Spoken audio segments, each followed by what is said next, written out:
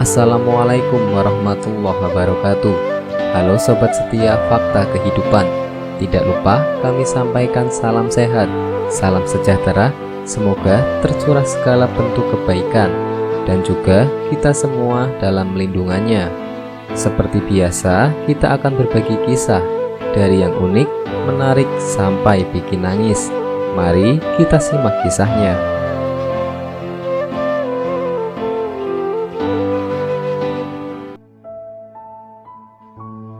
Kisah nyata, transgender tobat, kematiannya ditangisi banyak warga.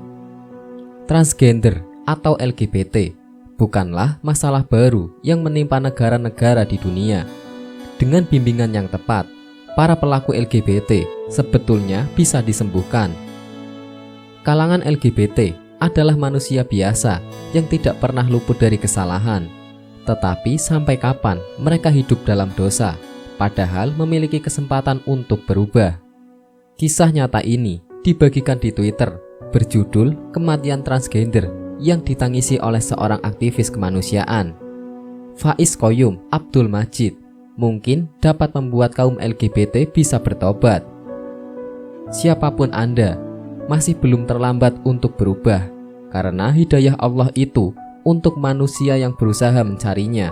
Majid mengawali tweetnya, sementara masyarakat tidak perlu cepat-cepat menjatuhkan hukuman, karena yang tampaknya tercela dan kotor mungkin memiliki akhir hayat yang lebih indah daripada manusia lainnya. Peristiwa itu terjadi di sebuah kampung khusus yang dibuat untuk LGBT. Tempat pemusatan itu dibuat agar mereka bisa mengenali diri dan bertobat. Tapi membuat mereka bisa menyadari kesalahan mereka itu tidak mudah, kata Majid. Saat waktunya sholat, banyak yang tidak datang. Mereka hanya datang ketika tiba waktunya sholat isya saja. Kami, petugas yang menjaga mereka, hanya bisa ridho saja. Mungkin ini ujian yang Tuhan berikan kepada kami, tambah Majid. Suatu hari, seorang transgender datang ke masjid memakai mukena. Semua petugas jaga perempuan di kamp itu terkejut. Kami yang petugas laki-laki juga ikut kaget. Atas saran kepala, dia sholat di antara syaf perempuan dan syaf laki-laki. Kami kemudian sholat. Setelah sholat, kami kaget ketika dia tiba-tiba meraung dan menangis, kata Majid. Majid dan petugas lainnya mendekati dan berusaha menenangkan. Atas hidayah Allah, rupanya transgender itu telah insyaf dan ingin berubah. Dia bilang tidak pernah merasa setenang dan senyaman ketika bersujud. Dia meraung, meminta ampun kepada Allah. Petugas tidak tahu harus berbuat apa. Jadi ustadz datang dan duduk bersila di hadapannya. Mau peluk atau pegang tidak bisa, karena bisa timbul fitnah, sebab transgender itu memakai mukena.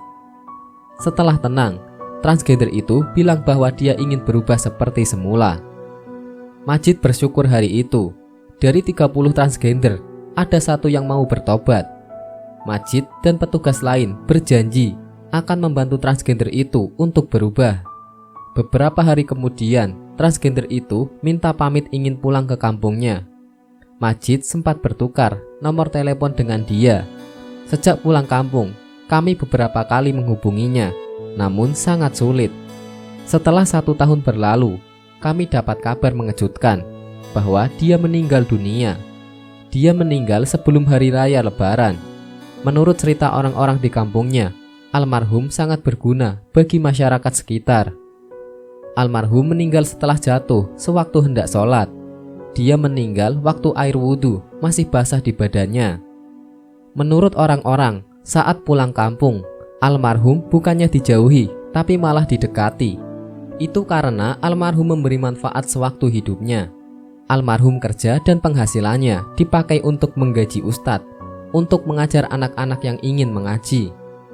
Setiap malam Jumat, almarhum akan sediakan makan dan minum.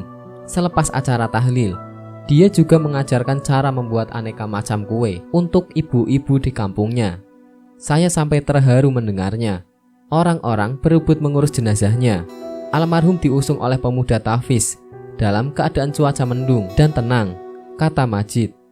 Ini sebagai pelajaran bahwa kaum LGBT bukanlah untuk dijauhi dan dihukum, tapi didekati dan diajak untuk mengenal Allah. Tambahnya, wallahu a'lam bishawab.